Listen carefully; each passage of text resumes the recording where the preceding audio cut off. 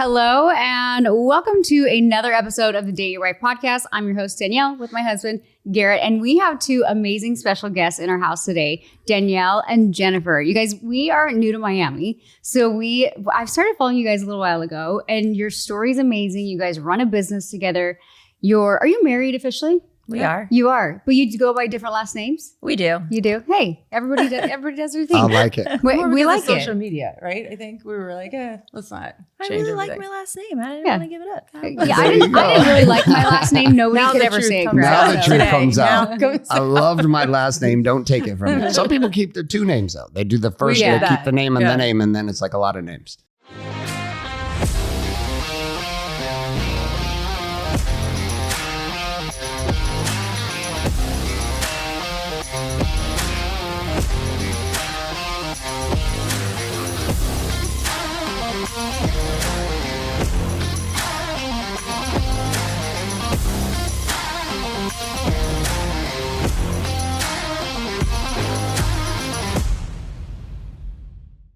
Okay, so in Miami, we come here. Here's a fun backstory. So I started following you two on social media, and I tend to not follow women.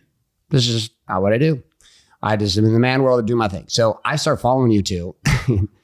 Like 2 weeks ago, we're sitting there and she grabs my phone and she opens up my Instagram and there you two are in like bikinis. And she's like, what are you looking at? I was like, no, that's Jen. She's coming on the show in like 2 weeks. I swear, I promise. I'm not just checking asses out on the internet. No, she's right here. Do you remember this? Yeah, I was like, whoa, it just threw me off guard because he literally doesn't follow like hardly any women.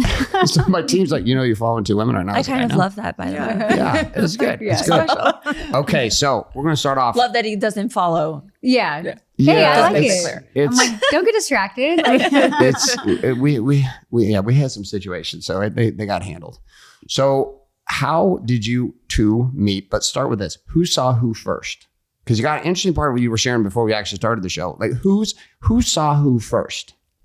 It's kind of interesting because I was her client first. Oh, so I was living in Beverly Hills and I had 4 dogs and I was looking for a place to get them groomed and taken my big dogs. I had 2 Dobermans at the time to go to daycare. And this brand new, like 2-story, amazing facility opened up in the heart of Beverly Hills. And Danielle was the director of grooming there. And so when I came in to get my dogs groomed, Danielle was who came out to greet me. Well, they called me, to come out for you. Yeah.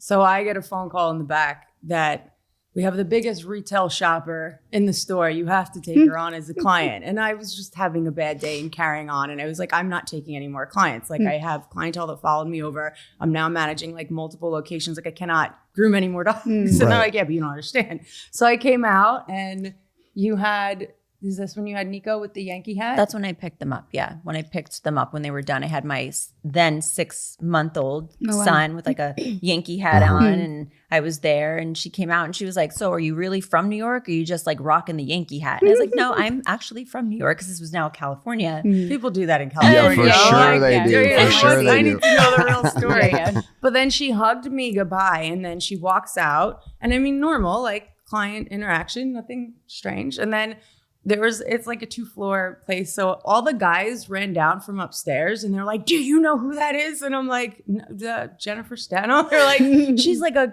Coca-Cola model. And like, I think they just blended everything they knew about her. And then they're like Googling her, and I'm like her photos like on all the computers at the front desk and everyone's going crazy. That's and funny. I'm like clueless, just like, well, I don't know. It was a client. We hit it off. We're both from the same place. And that was it. And mind you, this was Beverly Hills. So like there's actual celebrity clients that like would go there. Sierra, you had Serena Williams. Like there's a lot of people. So it was just cute. But I remember when I saw Danielle and she came out, I've always kind of like noticed women. And so I feel like I looked at her and I was like, she's got like one side shaved at the time and her hair was flipped over and she has like this long, gorgeous, like curly hair. And I was like, I don't know if she's gay. Like I couldn't really tell, but she had a tongue ring. And I was like, any girl over like 25 with a tongue ring has to be gay. Like I had a tongue ring when I was 18. Like those days were sailed. So is that true? Is that a true statistic? Is that your experience too? I didn't know that it was. I took it out now. So She made sure. She's like, let me make sure no one else thinks anything. Okay, so hold on, back up. So when you don't know who she is, she's coming down, you see her for the first time. I know you're being professional. You got the professional on the outside. Was there a spark? Did you feel something at that point? Not in that way. Not in that way. I wasn't thinking so that. You were just too much business mode. I'm here to do business. I already deal with a whole lot of high-end beautiful people. Here we go. Here's another one. Yeah, and I assumed she was straight. Right. Because she had her son. There was her son with you? But she seemed very straight. There was no like. I don't have like a quality. She didn't have the quality, you know. Usually, no. Like I don't know. Your nails were long. She was in heels. I'm like, I don't know. So yeah. So at that point, you notice her. Yeah, so I noticed her because she was very beautiful, and I've never been hit on by a girl before. So like in my entire very straight, nobody would know. Maybe don't do anything about it now, but maybe back then someone would have shot their shot. Like as young as 7th grade, I would always wonder like, would girls like hit on me? Would girls think I'm pretty? Like I was like bi-curious is what like I would have classified myself as, because I just was curious. I didn't know, and I was open to it. And there was like, girlfriends that like we'd make out to like turn on the boys. But then there was a group of girls that never did that, So my only interaction after that was with a friend in college. And so besides that, I never really got hit on by girls. I never had a female relationship. I was always with men and just in relationships. How did that work with you? So you have I have 2 boys. I met her when my first son was 6 months. I went through a lot of life before I ever reached out to her, aside from like a professional. Were you married at the time when you met? I was in a relationship? I was in a relationship. Okay. So the father of my children, she likes to make sure that I clarify that even though we had a very big 300-person wedding and we called each other husband and wife, we never legally filed paperwork. Oh, wow. Which to me didn't matter until we separated. And that's when I got fucked. But anyways, yeah. Did you know that happened? That it didn't get filed?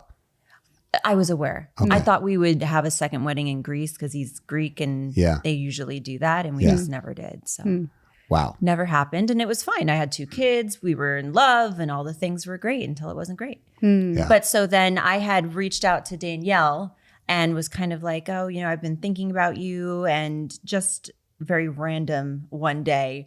And we ended up talking for 7 hours over text and then phone like that night. Call her. That day. We had this that night while we were on text. She's like, call me. I'm like, oh God. Because you guys had already been on like the 2-hour text exchange. What, 7 hours of 7 texting? hours? You were 7 hours of texting. 7 hours of texting, and then she said to call her. Did you print off those texts? Oh, sexting. I actually made her a book. You printed them off? I printed them all I was going out to say, for that's the first probably night. like 25 to 35 pages I'd of like text. to publish it. I think it's a good read, That would be great. When did real this happen? story. How long have you known each other? That was 7-hour conversation. So that was 2016. So I met her in 2014. Okay. And then had another baby, went through all of life. I traveled a lot. So anytime I was back, I'd see her. It was a client relationship. Yeah. Yeah, So there was purely. no talk outside. Yeah, She yeah. used to bring me gifts, which was not uncommon in Beverly Hills from Yeah. clients. Like I remember I was going away to Vegas for the weekend, and she's like, oh, I own a swimwear line. Like, do you want any bathing suits? And I was like, yeah, bring me like whatever you want, just nothing pink,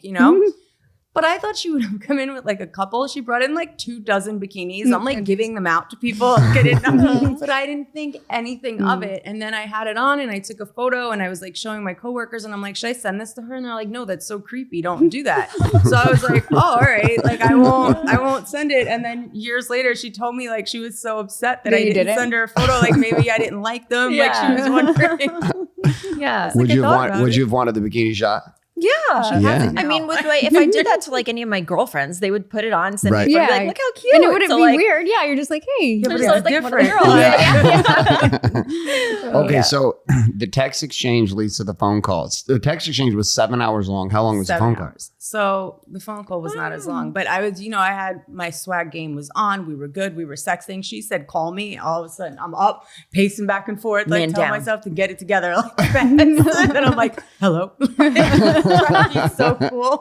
I was so nervous. I'm like, I don't know what I'm going to say to this girl right now after we just spoke on text for 7 hours. How did it lead up to that though? Because were you in the relationship with your baby daddy? We were. So there's 3 main events that I like to call main events that happened in our relationship, with lots of little things trickled in between.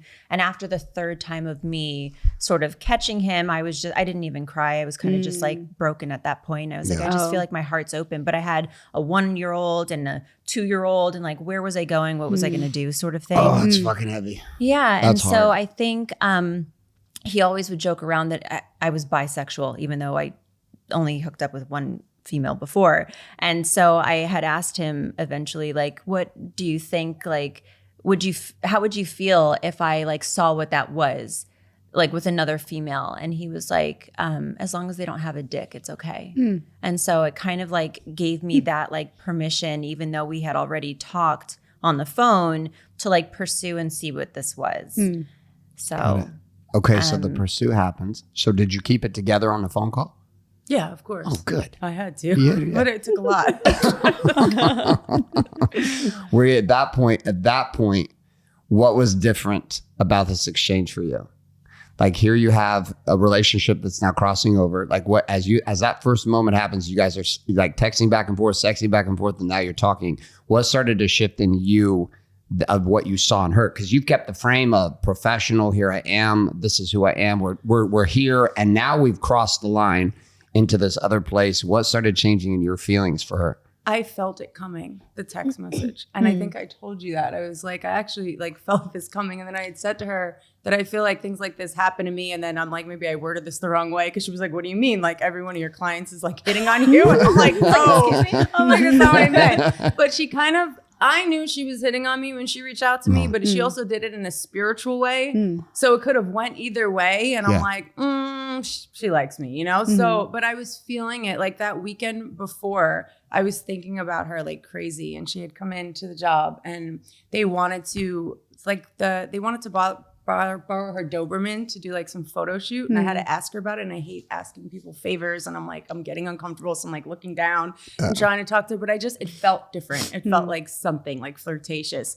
And then that Monday, I got the text message. Like I must have seen her that weekend. And then she texted me Monday. So yeah, I already felt it. I don't know. I was thinking of her sexually. I was thinking about things. Yeah. Well, I'm sure there was like that chemistry in the air, but you're like, when do I cross the line? Or is this crossing the line? You know? But it was right there. It was right at the end. It wasn't that it let up or built we never really interacted much other than texts about dropping off the dogs it really was just 0 to 100. And I didn't even know what I was doing or like where this was going to go. I had no intention at the time of like leaving my marriage or my relationship. I just felt like I needed, I don't know, intuition. I tagged you. I think that happened too. Didn't I No, I tagged you. How'd you find my Instagram? There was a thing with that. I think I texted you and wanted to, she groomed my dogs. I took a photo and I was like, I can't find you on Instagram. And so she sent me her name. And then I started commenting, I think, on all her stuff. Yes, on all of my posts. And I'm like, okay, this is something. The hunt began. So you were hunting. So she saw me first. I was my heart was open. So yeah. How did it work with like the dynamic of your kids? And you're like, hey, like I'm no longer in love with this guy. Like, how did you have that conversation with They were her little then? though. They were really little, and I had full-time help. Okay. Which helped because none of my family lived in California. So everybody was like in New York. Yeah, I don't know. But like with your husband, was it kind of like you guys were already disconnected in a way? So I think that really made me realize how disconnected we were. Like he wasn't in the bedroom. I was in my room. When I was talking to her, he would fall asleep in his office downstairs. And like that was happening a lot more than like we both, I think, realized. And so there was definitely a disconnect. And I found out later that there was like a relationship going on that I wasn't aware of, even though I had found out about these other main events. So we definitely had issues that were going on. And so, yeah, I was reaching out to see like where this was going to go and what was going to happen. But we had this undeniable connection that I didn't expect, I think, to have. And we had so many similarities. Everything was just so deep. It was like soul level. It wasn't surface level. Yeah. What is that when you say that, like, what does that feel like? Like Danielle, to you, like, what does that feel like? Because this is a challenge, right? Because you see it in any relationship. You've got so many people talk about divorce rates. But the thing I focus on, like how miserable most couples actually are. And there's no connection. And the crazy part is the more money they have, our experience is it's more miserable. And there's all kinds of bullshit happening underneath the surface nobody sees. Obviously, it's Instagram couples and they see it. I get the unique experience of being behind the scenes with these guys. And I see some of the bullshit these guys are up to. And I see some of the chaos going on in the couples. And that none of these people feel this thing you're talking about. And this is the thing that everybody's like looking for is this thing. And whether it's with a woman, a man, whatever it's with, it's that connection. Thing your soul's looking for. What did it feel like to you this feeling that she's projecting to you. Because you even says like, I was kind of confused. It was like spiritual, but it was like sexual, but it was like both. Yeah. I knew I was going to marry her. That was it for me. And I had spent 7 years with my ex prior to that, telling her like, we have to be with someone 7 years to really know if you want to marry them, because I was just procrastinating because I didn't feel that connection. We were a great team, great person, best friend, but I didn't feel the connection. And then you just try to tell yourself like, well, that's okay. Like if you have all these other positive things, maybe you don't need that. And maybe some people don't. I need that. I need the connection. I wasn't going to make the move until I felt it. And then with her, like immediately I was like, I'm going to marry her. Wow. And everyone thought I was out of my mind. Right. And I'm like, listen, if I'm wrong, I'm wrong. But like, I don't feel that I am. So I'm going to go through this because they didn't want me to get my heart broken. And I'm like, but I'm going to marry her. And then I did. But Did you feel that same way? Like this is my person right out of the gate? Was it like a little bit longer for you? I felt a very, very deep and strong connection, but I knew that I was in shit because like here I am with my kid's father and what I was calling my husband. And now I'm having this connection with not only another person, but a woman. And so, yeah, I just wasn't really sure what this was going to look like and what was going to happen in my life. And I think, he was okay with it at first. And I was able to go and see her and we hung out and like I'd send him photos and like it was like having a girlfriend, having a friend, but like having a girlfriend also. Right. And it was okay until he saw the connection. And then he saw how excited I was with her and the lack of like attention on him. And now there was like an invader to his castle. And that's when it became an issue. That's when everything started to crumble. How did your friends, your family members, like what were they thinking through all of this? Because you're thinking, I mean, it's hard when you have like this connection with somebody because you're like, I don't care what anybody else thinks because you can't deny like what you're feeling. But it's hard to essentially tune out the noise. Like people are going to say stuff. Absolutely. How was it with just family and friends, or was it not that hard because they were in New York? I think everyone was sort of panicking. This was a shock, not only that I was bisexual and dating a woman, but here I am blowing up my marriage and I have kids and a very big lifestyle. Yeah. And like what was going to happen. And so I think ultimately what I learned through that entire experience was to really just trust your heart and not your mind, because your heart's going to tell you what you should do first and your mind's going to overthink it. And so once I was able to like tune into my heart and know that like I really am not happy in my situation with my ex and the money isn't bringing me happiness and I really am connected with her. Do I want to stay with him and risk losing her? No. And ultimately that was the ultimatum I had to make. Well, what's crazy though is like people probably saw you as like picture perfect, houses, cars, all these things. But like a couple years ago, I mean, we've been married for like 21 years, but a couple years ago, we were so disconnected. And I was like, hey, I don't care if we lose everything because I'm not going to be in a relationship just because it looks pretty.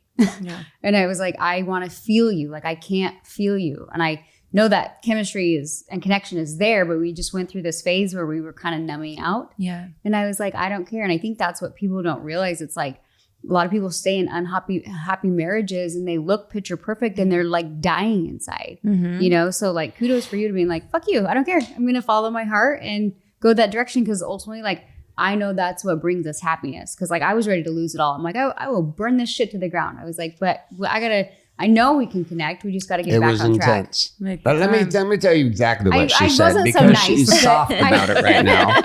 I tell my guys this, and I'm like, because I gotta understand too. Like, I'm leading a movement of 65,000 men. Wow. I'm like the standard for physicality, spirituality, marriage, kids, money. This is what we're pursuing. This have it all be free thing. And I used to drink a bunch and then I'd gotten into these feel-free tonics, the kava kratom. When you take them in excess, which I tend to because I'm an addict, it's like taking morphine. So in the first year, it was amazing. She was super happy. She's like, hey, my dude's not reactive. And I'm like, God, I'm not reactive. The fuck is this? This is weird. I'm not blowing up over shit. This is great. Then the second year, it was just like kind of. He was just like there. It seemed like he was just kind of there. Like I was like, hello, are you in there? Like literally, it's like. He was conscious, but he wasn't there, And what is this? It's kava and kratom. Oh, kava. We've gone to a kava bar. Yeah, is that the poetry place with the? It's like numbing. Yeah, but I'm so like if I could choose any drug, anything under the sun, I would do pills, opioids, narcotics, like perks, oxy, like that, my body just responds and I can go. So I can go and still take, I'm not like out of commission. Some people are out of commission, but it's a problem. I say, well, when I get 4, I do 8. It's just a problem. It just goes. So I gotten really heavy into it. And I thought, we were doing quarterly, week-long trips out internationally. I'm like draping her with jewelry. We're going on date nights twice a week. I'm like, fuck, dude, in the man world, I'm showing up with the kids. I'm doing the thing. I'm like, I'm fucking killing it. And then she walks in. She's hot as shit at the time. She's in her bikini competition. She's letting the world know how hot she is. Which she is. She's like, let me do my twisty twist in the mirror all day, every day. Okay. I was proud of you. You got all my guys' attention. They're like, look away, look away, look away.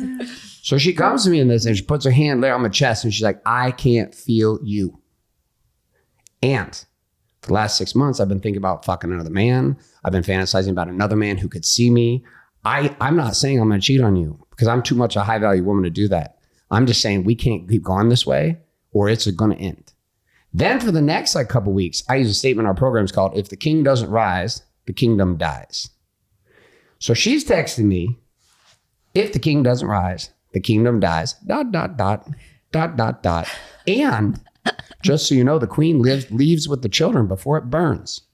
It's a little aggressive, but to my own credit. And then I was like, I'm going to call her bluff. So I called my teams in. I like it. You know what, though? I knew this was going on and I wasn't communicating. And that's what was like one of my problems is I was like, oh, we have the house and the cars and the 4 kids and I'm fit as shit. And like, I shouldn't complain about anything. And then I was like, fuck it. I don't care. Like I would get rid of it. Cause there was like a piece of me that was dying, which is like, I want to be like connected with somebody, you know? And I think that's like part of being in a relationship is like having that chemistry and connection, having your best friend. And so I felt like I kind of had lost that. And he's not somebody that you can like nicely say things. You got to really like give it to him. Yeah. Like I don't think it's aggressive. Get his it's attention. Direct. It was very direct. Yeah. But it was good. Like he got off him. Now we're in like a great space. I had a great move. A week later, I thought, oh yeah, I'm going to call her bluff. So I had my executives put together a thing and I brought her into a meeting and I said, okay, so let's play a game out.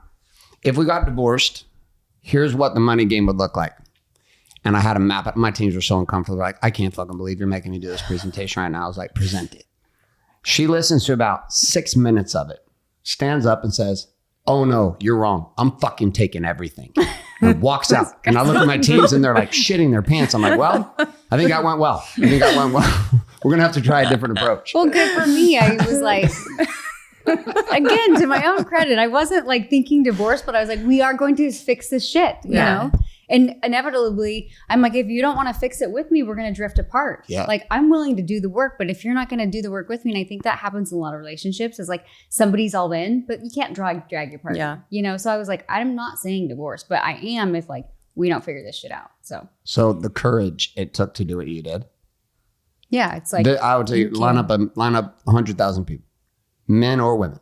The courage it took for you to follow your soul's path, like. To do this shit, this is unicorn stuff. This is like trap the unicorn, let's study it. Because most people don't have the courage to do this. They get trapped in the game. So talk me through like the buildup to this decision for you, because this principle applies to every single relationship. The truth is most women are not talking. They're not following the courage in their hearts. They're trapped in relationships that are complete dog shit. They know it and they won't get out. And vice versa, there's guys that are stuck in the same place. They're like, my heart is calling me somewhere else, but I'm trapped in this game that I've built for myself. So knowing you're going to lose a piece to gain something else, not a sacrifice, a gain. What was the thought process in your world to come to this courageous decision, to get the mind to unlock and the heart to say, I'm going no matter what? Well, it's a lot of crazy. It really was.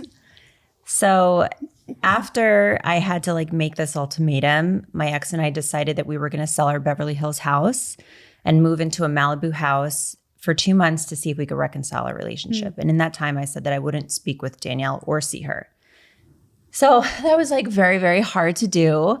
And I spoke to her a little bit. And I think on like the 4th of July, he finally caved and like called you over and you like came and like hung out. But it was really a very rough time. And it just really proved even more to me that like this really was over. And I was trying to force something to like appease my family, appease the people, appease, you know, him. And it wasn't like my truth. My truth was now with Danielle. And I knew what I was doing. And I think a lot of people look at me sometimes and are like, oh, she was with him just for the money. I wasn't even legally married. I knew what I was leaving and I knew what I was giving up. Like I don't get alimony still to this day because we weren't legally married. I left with my car, my clothes, and my kids, and the responsibility now of 2 children forever. He's not even here. He's not even in the world. He's yes and no. He doesn't live in the States, and they see him sometimes for holidays. I'm being careful what I say because I don't want to like piss off. I was thinking that. I'm like, Jen. Well, your boys have known Danielle since like they were little. So Danielle came into my life when they were like a year and a half and just 3, I believe. And so they call her bonus mom, you know, and in their world, they have 2 moms and a dad. Do they call you mom or do they call you bonus mom? They call me Danielle. Her Danielle. Oh, they do? Okay. Danielle and mom. Yeah. But they refer to me. As the bonus mom. Yeah, our older one had started it maybe when he was 7. And I was like, oh, it goes so touched. Like I heard him say, oh yeah, that's my mom. And that's my bonus mom. And I'm like, oh, okay. I like this so much better than stepmom.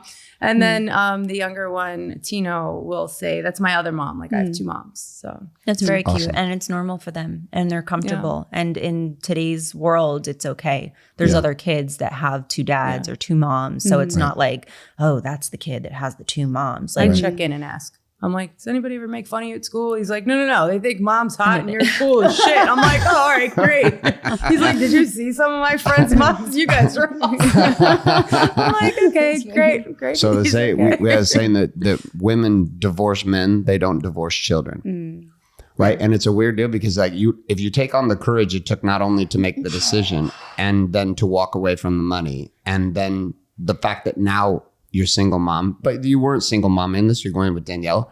Like this is why women don't make these powerful decisions because most women do not have the courage to make that decision. They will trap their souls in hell in a relationship with a guy. I know tons of relationships like this. I'm like, why are you still here? I don't understand what you're doing. Especially when there's a lot of money and lifestyle Always involved. when there's a lot of money. I know a lot stuff. of people that will stay and not leave. And I mean, you didn't even bring up the social media hate that was going on. I mean, that it was we had to horrible. go through. Oh, I mean, getting bashed because now I'm the reason why this perfect little story that everyone's watching on social media is ending. And they were posting my home address. Oh, and I'm like, are people going to show up to my house? I was never used to this kind of exposure. And now I'm like, oh my God, like, I'm like, everybody likes me. Why does everybody hate me? Like, I don't know what's going to happen. It was affecting my job. It was getting streamed through the screens at work because if you hashtag the job, it would pop up on the screen. You were like the home wrecker. Yeah, it was horrible. Yeah. And I was very aware that like one day everything that's happening is going to be out there and like our kids are going to grow older and look at the internet and see things. So like I didn't want to come out publicly and say like all of the things that happened. And still to this day, I don't. I just call it my main events and I leave it at that. And, you know, one day they'll know and, you know, they'll be old enough to understand it. So during the 2 months while she's reconciling, you are now on your own. Yeah. Talk to me about that 2 months for you. I had to struggle to just focus on my job and I didn't want to hook up with anyone, which would have been typically what I would have done. I don't know. I just didn't want to ruin anything. I was like, be a little mature, like handle it. You love this woman. You want to marry her. You know, it's all going to work out. So I just focused on what I needed to do. And then it all ended up working out. So, Well done. Okay. It took a lot, though. Wasn't easy. It took a lot. Wasn't easy. No. It was not the honeymoon. Definitely not. No, well, you guys stepped right into a war zone. Yeah. What year did you get married? 2018. Okay. Before we So left. you're still kind of freshly married. I guess 7 that's years. right. It'll I don't be know. 7 years in. So you made the 7 year. 7 You years made it to married 7 and year. 9. There you Nine go. together, And 9 7. together in February. Okay. So what is the thing that draws your soul to her the most? Like, what is it about her that has your soul just go, oh, this is it? I think it's just how I feel when I'm around her. I've always told her, you know, we could be doing nothing and I would rather do nothing with you than something exciting with anyone else. And it just feels right. Like it feels good to be in her presence. And when we connect and whether we're talking or sometimes I'll still be like, we should play cards or something just to get us like engaged again if we're getting like busy with work, and it'll just be a random like weeknight and we'll like play cards in bed just to like reconnect. I love that. It feels right. It feels comfortable.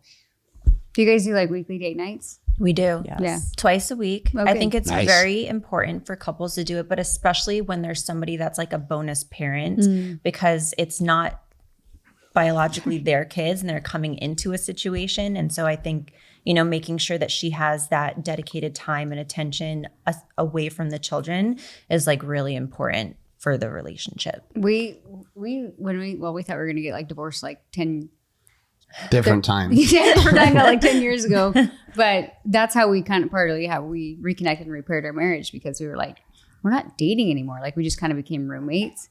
And so it's like one of the things we always preach. You're like, you put so much time and attention into your business and you forget to date your significant other. And so it's like we do usually do like 1 or 2 date nights a week. We're going twice a week. Yeah. So business side, you guys have business together? Yeah. What's How it? did What that is start? it? What's the primary game together? Business together. I know you have the clothing line that came out last year. The clothing line's the primary Okay. business. So when we were in the pandemic in 2020, when this all started, we got involved in direct sales. So we started selling online, and everybody was just buying online. And we were like, we should come together and make our own thing instead of, promoting for other companies. And I typically wear men's clothing, but I'm small. So the brand needs to run in an extra small, or it doesn't really fit me. So I wanted to design clothing that women like me would wear. Like androgynous style. And then Jen has had a fashion background, so she wanted to kind of put her twist on some pieces, and we merged our ideas together and we came up with a line.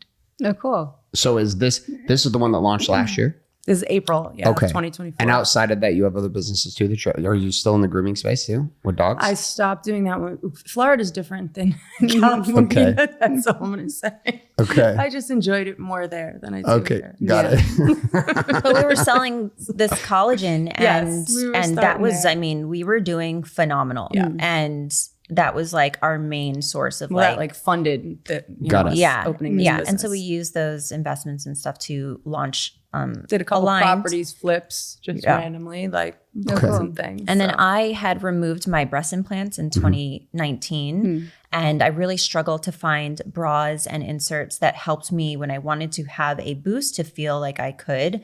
Even those thick pads from Victoria's Secrets like just didn't work for me. So I decided, with my fashion background, I knew how to sew, I would create my own. And in doing that, I developed a bra and inserts that help not only women that have explanted, but also have gone through a mastectomy. And so that's kind of been like my, what I call like a passion project turned like life project. I like live it every day myself. I'm wearing it right now. I have no boobs. I'm literally flat. And so I like when I talk to these women that have gone through explants or double mastectomies, removing their implants, now they're going to be flat. Like I feel so fulfilled when I get to give them my product. You solved a problem. And yes. But it's like so much deeper because you cannot buy confidence. And so to be able to reestablish that for somebody having gone through this, like the feeling's just so amazing. That's how I feel with my hair extensions. That is your Hair is extension. so important. People that don't have like no hair, and then you give them hair, and like so much of like their confidence. You're like, can I ask how come you took yours out with health reasons? Breast implant illness. Oh, wow. I was going to downsize. I had very big double D's, and I was with Danielle, and I just felt really confident and comfortable to like downsize. And I was like, I don't need these big boobs anymore. And I had posted on social media that I was going to downsize, and somebody was like, have you heard of breast implant illness? And I was like, no. And this was 2019 or 2018 at the time. And so I looked up the symptoms, and everything that was being listed and talked about, I was going through, and I just kind of wrote it off like, oh, okay, I'm 30, whatever I was, 4 at the time. Maybe this is just aging. The weekly headaches, weekly migraines, brain fog, memory loss, breakouts, like just all of these random things that weren't so crippling, but like who wants to live with these things every day? And so I overnight decided that I was going to remove my breast implants. And I knew what I was going back to. I'd never had breasts growing up. I was always stick skinny, and I knew that that was probably going to be my reality, and I was okay with it. And Danielle was super supportive and made me feel so comfortable that like it wasn't just my boobs that she was attracted to, and she supported me in what I was going to look like after. And I think more than anything, she just wanted me to be healthy. Yeah. Do you feel better? Overnight. I mean, not only could I breathe better, but like all of my symptoms went away. It was really incredible. And I never want to make women feel bad for having plastic surgery. I do not plan on aging gracefully. I'm all for it. And I don't want to make people feel bad for wanting implants, because I was that girl growing up that was self-conscious and flat and just wanted to fit in. I just think nobody knew that these were things that could happen when you have them, and that it's not like a one and done. Like these are something that you're going to have to change for the rest of your life. And this is what could happen. You know, it's so wild. Your energetic certainty is so deep. Just listening to you talk. Because I pepper hard questions and wild questions at people all the time. Just see how they react. I'm like, how's this person going to react? They're going to be off. They're going to fall off the chair. They're going to do whatever. You can't fake that in either one of you. You can't fake this shit. Like you either have deep certainty in who you are or you don't. And what you two went through, I'm confident the decision path and the war zone that you two had to face and continue to choose each other in the pressure of this not only grounded both of you, it also grounded you together. Yeah. Because there's like a thing, even when I was watching your like videos on Instagram, they're funny. And I'm watching you guys to do your thing. And I'm like, these two are deeply grounded humans, like in soul level. And this is not. Do you guys get in fights? To get what? Do you guys We're ever getting get in divorced every month. We haven't even talked about being in a same female relationship. First of all, I'm smirking when you were telling the ex-client story, not because of what she went through, but because she told me overnight. Like she was just like, okay, I'm going to go get my boobs removed. Do you remember that? Like, and then that was it. It was booked and done. You know, I was just thinking, you really do. You make good decisions, like fast. When like, I know, take months when I'm certain my wedding dress with my past relationship, one and done. Tried one. I was like, this is it. Location, done. This is it. Like when I'm certain about things, I'm very like. Well, because you feel it. So you're like, yep, that's. I'm very self-aware. I'm like, okay. I'm very self-aware. And I think I really do and have learned over time to like trust your gut. Yeah. Yeah.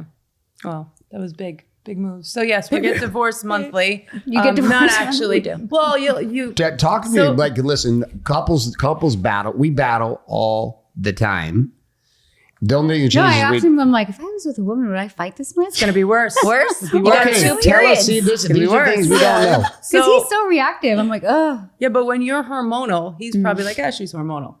Yeah. Oh, but when you're both hormonal at the same time, who's the one that's supposed to be reasonable? Yeah, that's true. You don't have one. When it doesn't happen at the same time, we're okay because we're like, I'm like, all right, she's going through it. And but if it's at the same time, it's like, that makes sense because me and my oldest daughter are on the same cycle. And there's times like once a month, like, fuck you. She's like, fuck you. I'm like, I love you. I'm just kidding. Yeah. Well, yeah. She'll throw shit at me or I'll take the car and I long time. I turn my GPS off because she tracks me, you know? So I'm like, she tracks me all the time. So I get in the car and the first thing I do is turn off the location settings. I would just like to say, not because I don't trust you. I just like to know your whereabouts. Yeah. There's nothing wrong with that. I don't think it's personal, but I think because of the shit you went through in life. It's not that I don't trust you. I just want to know your whereabouts. Yeah, exactly. It's not personal. All of our kids. It's like, where are you? She texting me that like 3 times a day. Where are you right now? Yeah. I'm like, in the kitchen. I was coming back from flights down in Miami like a few nights ago. And she's like, wakes up in a paranoid thing. Because he's like, says he's on his way home and then he's not home when it's already 11. And no. I love the conversations you have with yourself when my phone dies and I don't even know. Like you just have I go in a argument spiral. with yourself Like the if whole he doesn't time. answer, I'll be like, where are you? Why are you not answering? Do you track that's him? it. Oh, I hope it was worth it. I'm like getting this phone like wait, I he's fucking with And then I wake up like, I didn't really need it. Yeah. I'm showing my friends, I'm like, this is what I'm dealing with. They're always like, dude, these girls are crazy, bro. Well, and then if you don't open it and there's a pause, like open it and then pause. Oh God. Then you might have seen some of it. It keeps it interesting. No? If we were so like just even keel, I feel like it'd be a little bored. You spiral a little bit, but then I know nothing really happens. But I'm like, but why do you answer? Like right then. That's what I was watching the fight. It was like, I was into the fight. I was like not on my phone wondering if you're going to text me in the middle of the fight. So talk to us about the dynamics of how you guys deal with the collision because it's inevitable. It's inevitable. People a lot of times get this idea, I'm going to find my soul person. We're never going to fight. And then in this world, we're never going to battle. It's just going to be sweet and loving and we're going to talk and it's going to be great. But everybody has these moments. All producing individuals, people pushing for big things. There's a moments of collision. So what have you found has worked to go through it and then come at it and be good versus go into it and be like, fuck you forever, I'm out of here. or disconnect and run away from each other for months at a time, sleep in 2 different bedrooms. I mean, we've had our moments like crazy. I've taken a red bottom to the forehead. Stiletto. Straight to the forehead. Straight to the forehead. I had to block the second shot. I was like, fast. I didn't know she had it in her. Yeah, a little thing. Exactly. You know what? He's such a big guy. She's fierce as shit. He's such a big guy. He just like pushes me and pushes me and pushes me until I'm like, get out of my way. Yeah, that's me. I think what we've learned. She calls it reactive abuse. I'm like, they're not abusing you. Reactive I'm like, don't put that out there. Like, absolutely. I'm able to stay very, very calm until I'm not. Yeah. And I think what I've learned is to warn her that like the kettle's starting to like get to that point and I'm going to explode. You know? So if you don't calm it down, things are going to start getting slammed, broken, screaming, yelling. It escalates quite fast, but I am able to maintain it. Communication, ultimately. But it's so easy. Like, it's so easy to set you off, you know? Like, it's really so easy. And I like a little fight sometimes, you know? Like, it's in me. I like a good fight. I recover fast. But that's I don't hold on to things. Why is that fucked because up? she I'm fine. I gotta recovers get so out of my fast. system. I don't. You hold I take it in and then I need time to like marinate. Better. Can you two get in a battle and like 45 minutes later you're like, yeah, I'm good. So you want to hang out? I was like, I'm like, you want me to make you something to eat? Did you have lunch? And she's like, I don't want you to make me. I'm like, I don't need any favors. Like, what do you mean you don't need anything? I'm like, let me make something. I'll make food. We haven't eaten. Well, that was a challenge with us too because we'll get in like a work argument or something, and then he'll be like, "So we going to dinner?" I'm like, "I can't go to dinner." No. I'll do the worst though. Like we'll be in a battle and she'll be so pissed, and I'll be like forgotten about it. I'm like, oh, it felt really good. I'm feeling good now, and then I'll be like, hey. How are you? What's up? She's like, absolutely fucking not. I was like, whoa, what are you talking about? What's wrong? That was good. I was like, we were just fighting. He's like, we weren't fighting. That wasn't a fight. It was just a conversation. You sounded like you raised your voice. That's you. But it's true because it's not always a fight. You think it's a fight. It's not a fight. I'm loud by nature. It's not necessarily a fight. But does this happen to you too? Because then you'll be like, you're yelling. I was like, I'm not yelling. I'm fucking talking right now. You're yelling at me. I was like, this is not yelling. You I don't want like me to your yell? tone. I'll show you. I don't like your tone. It's good to know it's Here's it. Danielle and I are from the same playbook. Okay, so the communication does happen. Yes. And how do you get back into the groove again? Well, one, because I recover fast, it's easy. I'm literally over it when I'm over it. Like it's not, I'm not holding on to things. I don't even like to go to sleep angry. Yeah. And I push that on her because she can, and then I cannot, and I will be up all night. So I'm like, can we talk about this? And then she's like, well, I don't want to talk in front of the kids. I'm like, fine. So then we wait for the kids to go up. I'm like, we have to talk. You can't go to sleep. I'm like, because you're sleeping and I'm going to be up all night. Like we have to talk it out. And we do that. Yeah. And then, we're usually just over it because it's not really holding any weight. Like we're arguing about nothing because we're both hormonal and nothing actually happens. Yeah. So have you woken up after a fight like the next morning and you're both looking at each other like, what the hell what the fuck were we fighting about? Yeah. Like just stupid shit sets things off and you're like, how did that? We're going to pretend those were other humans last night because I don't know what was going on. Yeah. I always, there's some fights you're like, hey, why did this happen? Then there's some fights that I'm like, that was like just a stupid human thing. Like, what were we arguing about? What triggered that? You know? Yeah. So it's like, ours typically happen with tequila. Yeah, we like tequila. And I have to tell him when he tries to argue with me when we both had a couple drinks, I'm like, I'm not going to let this escalate, you know, because we've had moments where we have, and then we're like, well, we can't unsay that, you know, and it's like, it's not worth it. So now I'm like, hey, we can have a couple cocktails, but we're not going to bring up any serious conversations because that doesn't end well, you know? So it's like, no. Danielle has an alter ego. Her name is Susan.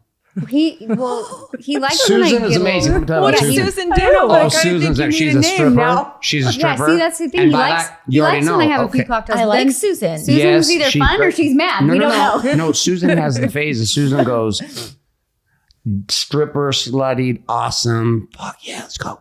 And then she's a killer. Yeah, that's how I say. She goes from seductive stripper to I'm gonna fucking stab you in the neck, and I'm like, Jesus, that shifted quickly. But that's like I just can't have any like heavy conversations. I'm like, we gotta keep it light, otherwise. That's so funny. She's the same way. Yeah, I don't really drink ever. I just don't like the taste. And if I do, I have like a mudslide or like a Bailey's, and I'll drink like half, but just that little bit. I have an alter ego that comes out. She likes to dance. Yeah, I was gonna say you get a little loose. Yeah.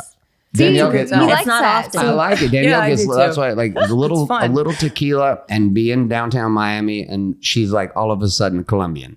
And she's like, she does it to Columbia. She's just going off. I'm like, I don't know. My boss boss is like, who is this? I'm like, Oh. she's a pusher too. She does like I like that. calling people names for not drinking. Oh, what are you, a pussy? You don't want to drink right now? She'll say to my friends, like, Doesn't happen you a need to lot. drink It's another. so And then my great. friends are wasted as fuck, can't even walk anywhere. She's know running what? around like a crazy I think person. it's because I'm such And a then I'm carrying her perfectionist. up the stairs like a comatose body. Like, I like here's to my credit. I work hard and I'm like with my kids and I'm always like so focused. So every once in a while, people see a wild side of me. They're like, I did not know that was there. And I'm like, I have 4 kids. At some point, this has to come out. Yeah. Yeah. But usually it's fun and light, but every once in a while it goes to the dark side. So a little bit to the dark side.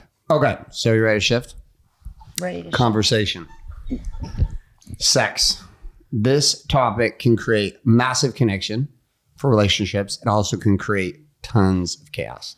And inside the experience inside of like a lesbian relationship or a gay relationship, I don't know. I don't have some of the conversations. I'll print this with. Back in 2009, I was running an event called Soul Purpose Intensive, and this young couple works in, 2 girls. And they sit down the front row. I was raised in Mormonism.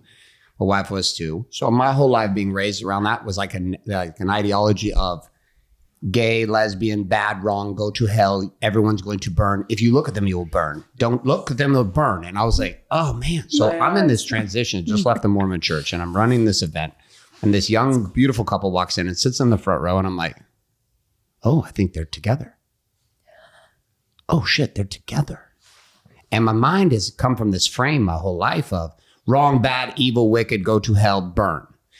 And I'm sitting and watching this couple for 3 days. And this whole event is about discovering who you are, like identifying your strengths and talents and abilities. And by the end of the first day, like I could not ignore what I was feeling, which was I was seeing demonstrated for the first time in my entire life, a couple who was deeply in love with each other. Like at a level I couldn't understand. Now you have to understand, this is fucking with my mind in the biggest way because my whole life I was taught that is bad, evil, wicked, horrible, go to hell, burn and die. And I'm witnessing something in front of me. So by the end of the 3rd day of the event, I became very good friends with them. And they became clients of ours and went into other programs with, et cetera. But I was watching it role models. So people are like, when did you first see real soul connection? I said, I saw it in a lesbian couple in my event. And it shattered my entire frame. Wow. Because there was experience of that, just like you were talking about, there's like what I was feeling. And there was everything my mind was saying, which were in complete contradiction to each other. Right. My mind's like, we don't know how to process what we're seeing right here, but we know what we're feeling right here. This is true, but I thought this was true. How can this be true, but this is not true? I don't fucking understand. And by the way, I was a banker for 10 years, so I had just barely gotten into personal development. So it was all very new to me. Before that was just make money. 100 guys on my sales floor, just get money, ignore your wife, make money. And now I'm in this world of energy workers and Reiki and plant medicine and psychedelics, and this beautiful couple in front of me demonstrating more love than anyone I'd ever known. Not my parents, nobody I'd ever seen before. So part of the love conversation comes with intimacy and sex and being able to put those two together. A lot of people have sex, but they don't have the intimacy. They don't have that connection. And a lot of them have the connection, but don't have the sex. And typically for guys, we have to have sex to feel intimate. And typically our experience has been with women, they want to feel intimate and then they want to have sex. Now there's variance in that. So how does that dynamic work out with you two? Is it easier? Because I always joke around. I was like, if I was communicate intimacy sex and she was communicate intimacy sex, which is her form. yeah, I like to feel like connected before I feel like I can fully like express myself and open up. I'm like, sorry, like you don't get to work all day and then come home and be like, come on, babe, let's go to the bedroom. I'm like, no. And I'm the opposite. I'm like, just let me get in there and then I'm gonna be intimate with you all night long. Like, doesn't work that way. And she's like, no, I need to be intimate first. Is.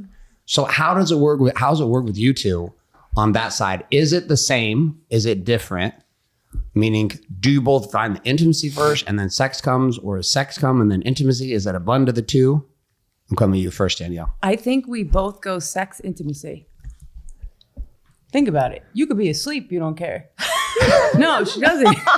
Really think about that, though. They're really talking. dove in. Well, because it's true. I think we're both fine that way. Yeah, but I thought that you were the opposite. Like I'm coming from a heterosexual world into this. So for me, I'm kind of just used to like having to be ready to go whenever the person wanted to go. Whereas like with Danielle, I feel like sometimes she wants me to like caress her arm or like come cuddle. Like you say stuff like that. No. What I say. Maybe I'm not understanding. Because we have these dogs now. There was, we had 3. Tell me they're not in the bedroom. They're in the bed. Okay. We got. Garrett calls those cock blockers. They are. Those are our children. I'll come in and she's cuddling the dogs. I'm like, I'm coming in trying to make a move. Get these fucking dogs out of here. Did any of them growl at you? Because they do. The little one does. I'm resentful. Yes, it's so annoying. I told you this morning, you're talking to the dog for 10 minutes. You barely spoke 3 words. The dog's getting a song. There's a whole thing. Oh, yeah. I'm like, are you kidding me right now? So, it's like a baby. We have a great sex life, but I think recently when we've been busy with things and now that we have these dogs, so we got these 2 puppies in 2022. My dog passed away. I needed a dog. Jen had 2 dogs prior. They're now 15 and 16. But because I wanted a dog and Jen knows I'm not the kind of person that it's going to be a family dog, it's going to be my dog. She wanted a puppy too. So the puppy. You got 2 puppies at the same time? Yes. Oh, geez. Yeah. So now they're 2. Sweet baby Jesus, you got a full-time puppy nanny? No. Oh. You went back to parenting. You went back and you had 2 infants. So now they're 2 and they sleep in the bed and hers is like always in the middle and like she growls, you can't move her. So she used to sleep in my arms every single night for years. Oh, yeah. Like we stopped doing that because the dog's in the way. So that's what you're referring to. Like it's not that I need you to caress my arm in order to make a move, but if there's like the dog in the way in between us, it's kind of hard to do anything, you know? Yeah. So definitely have to make we need like to make the effort to move the dogs. Yeah. Because that You does get mess tired at the things end up. of the day, but Yeah. it's like every day you're going to be tired. There's always going to be something. So you really have to like make that effort to be like, all right, tonight's the night. Get and we do, fresh, but it's little like when spice. things are more impulsive and it's Yeah. hard Yeah. because I have to be like she's like, what are you doing? I'm like, just Yeah. taking the dogs off the bed. Just felt prompted to move the dogs. it Like they should be on the seems floor. sexy. You're just Wink, like, wink. But not for nothing. And when you're with 2 females, like it can't really just be like impromptu. Like Why? you gotta grab things and like but I'm quick. get ready. Quick with it. Yeah.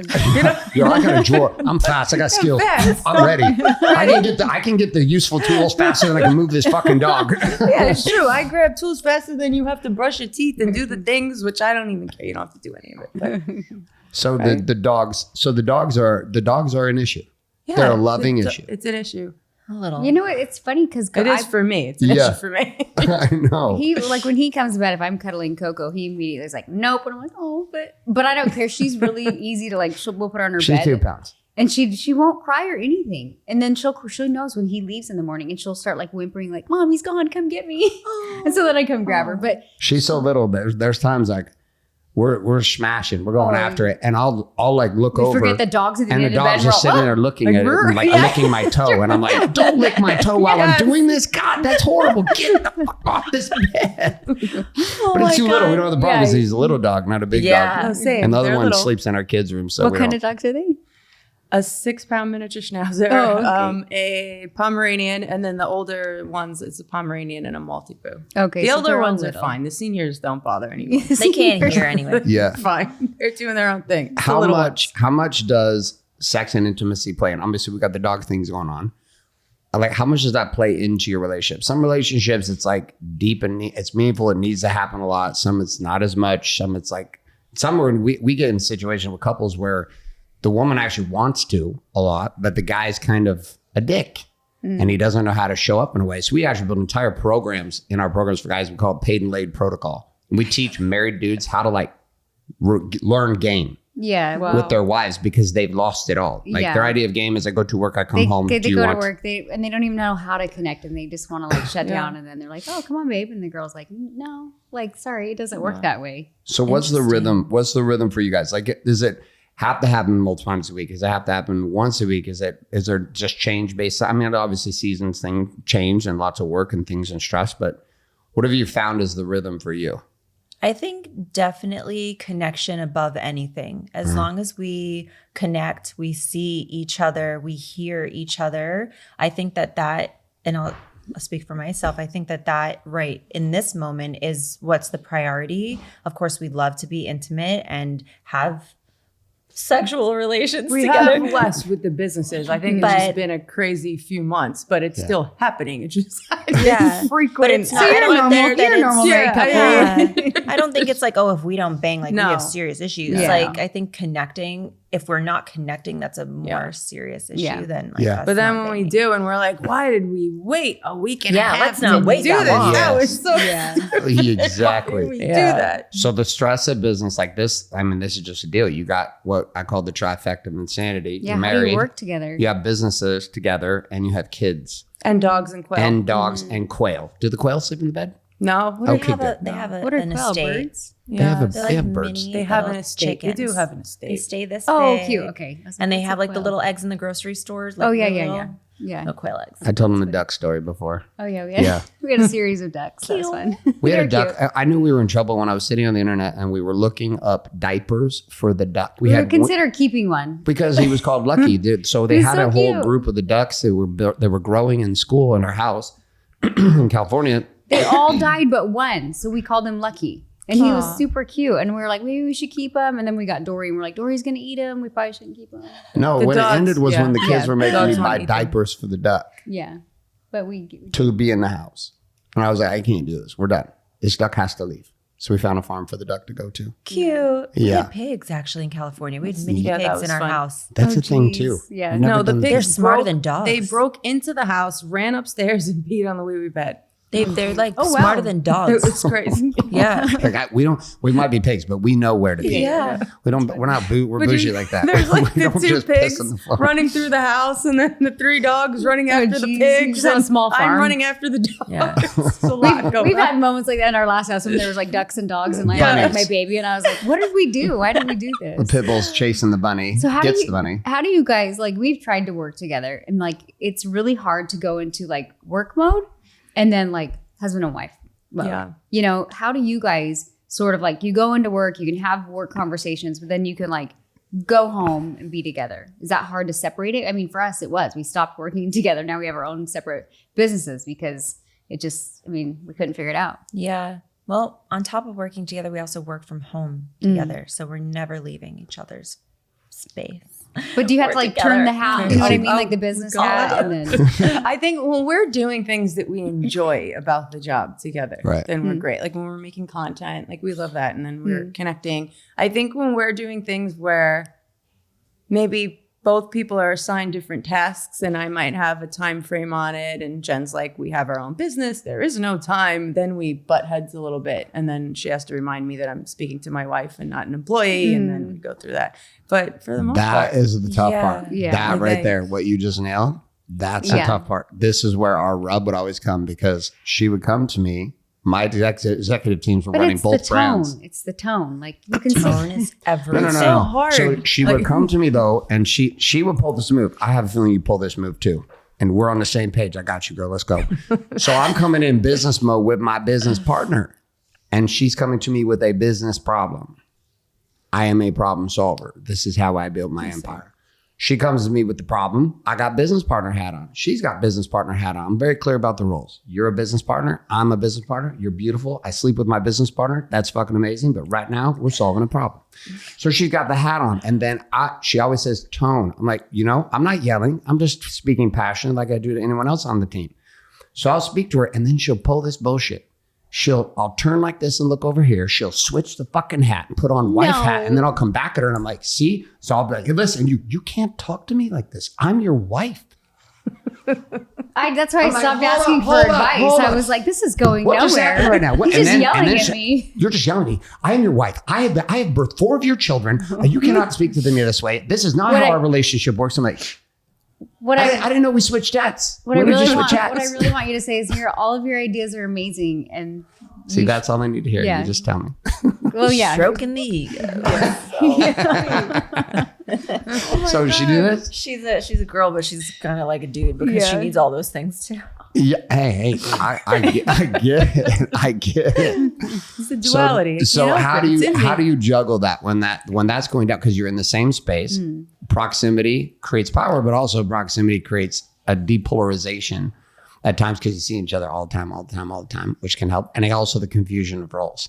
Yeah. So how have you learned to navigate that territory? I think we're doing better with it. And I think we have been separating, right, certain tasks. Yeah. And I'm like, I'll let her do her own goals and things on her own time, and I'll do mine on mine. Mm-hmm. And if there is something that to me is an important deadline, we meet weekly at the beginning of the week or like a Sunday night. And I'm like, hey, let's go through the schedule for the week and just like promise me you're going to do X, Y, and Z. So like we don't get into this. So got it. I'm very front end. Like I'm very creative. I'm front end, visionary, all of those things. I have a lot of trouble with the back end stuff. I'm not great with scheduling or putting together like a system. And Danielle's very good with systems and managing and all of that. So I like to be the boss, but I also like to be told like, this is what you need to do, get it done, and I can get it done. But I don't want somebody to tell me like... That's also confusing. You heard what she just said, right? Yes, I know it is. I want a boss and I want someone to tell me what to do, but don't tell me what to do. I don't want a boss. I want like help. Confused. I need like an assistant. So I need somebody to like tell me like, assistant. All right, this is like what we need to do today, get this done, and then I can do it. But if she doesn't do it, if you don't do it, you get upset with me for giving you shit for not doing it.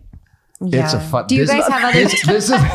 This is the challenge. Literally, what you two are in right now. This is exactly what happened because she wants to be the boss and be in charge. But that's and be different the than the manager. Like the boss is not like the manager. So it's like he recently hired a personal assistant for him. I realized it's my personal assistant. Yeah, because like, did it make life easier? Yeah, that was fine. Like I knew you get more done. Yeah, keeps you on schedule. Yes, chess on that one. That's what I need. Yeah, I got a new personal assistant for myself. And I even told Jada, I was like, who's my real personal assistant? I'm like, don't get mad at me if I forget details. That's not my job. That's your job.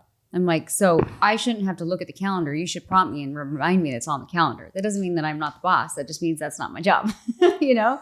I love it. That's like, that's what you got to do. Yes, but no, because what ends up happening is whenever there's an assistant, I have an additional person to micromanage in the house, and then she undoes it. I'm like, I gave her a schedule. What are you doing? Why did you switch things? And then they don't know what to do, so they drop everything they were supposed to do what she asked them to do. And then I'm like, what happened to X, Y, Z? And she's like, Jennifer told me. I'm like, no, Jennifer, nothing. Like, oh gosh. So I'm just going to give you the strategy. Ready for the strategy?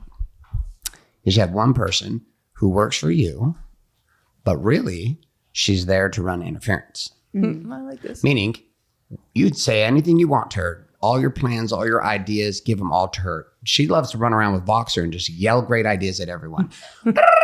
And everyone on the team's like, what the fuck have you just done? You just, the whole team's confused because you had a fucking idea on a Tuesday at 3 o'clock right after your nail appointment because your lash girl's hot. And you're like, oh God, my lash girl's hot. And then you got an idea. Into the Voxer really you go. Funny. And I'm like, stop fucking sending the boxers to the team. Everybody's confused about the shit you're saying right now. Well, I don't mean for them to do it right then. I'm just like, at some point, this needs to get done. But they don't know that because her intensity with every idea is like, okay, guys, so here's how it's going to go.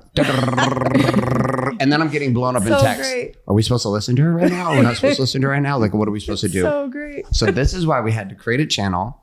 That's why we had to separate it to where she could just not feel capped with her vision and ideas, not feel stifled by me, and help her just channel that energy into a controlled environment where she could just wreak havoc. She could be going to Equinox and now, oh my God, I need more red bottoms. And then she gets more red bottoms and then she gets an idea and she's like, I just got red bottoms. I'm like, good, go for it, girl. Just fucking tell everybody. Just let them know. It's like the creative personality, though. Like you always have like an idea, and then you're like, I got to get this out right now. Whereas you and I will get an idea. We're like, okay, hold up. We need to strategize this shit out because that idea is going to cause this problem over here and this and this. Let's map this shit. And by the time I'm even pulling the vibe board up to map, she's already sent 3 Voxers to everybody. It's so funny. This is why we're curious because it sounds like the dynamic, the role, the energies. You guys are our twins. Similar though, you know what I mean? You're our twins. Like, well, you have like together too long.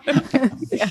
It's like you always have the visionary in the relationship, but that's what like you guys probably complement each other, for right? Sure. It's like the balance. Yeah, like it's a good balance. Yeah, it's really. I think that's the only time you really butt heads. It's because I have to. You know, I was always working like in a 9 to 5 kind of mentality, and then to shift and do this, I need the schedule. Yeah. Like if I don't create myself a schedule, I'm never going to do anything. Like I don't have, I'm not being held accountable to anyone. So, so I really live by that, in which I think your mindset is more, well, we make our own hours. So why should we, like, why not? Like, why can't we pivot? But then I feel like we're always playing catch up if we do that. So it's just finding, I think, the balance between the two of us of like what we can compromise on. Like if it's not, I always say, like, if it's not such a big deal to like just bend a little bit, then just do it. If it's making my life so much easier, and vice versa. Like if there's something that's important to her, I'm like, just tell me, like I could shift.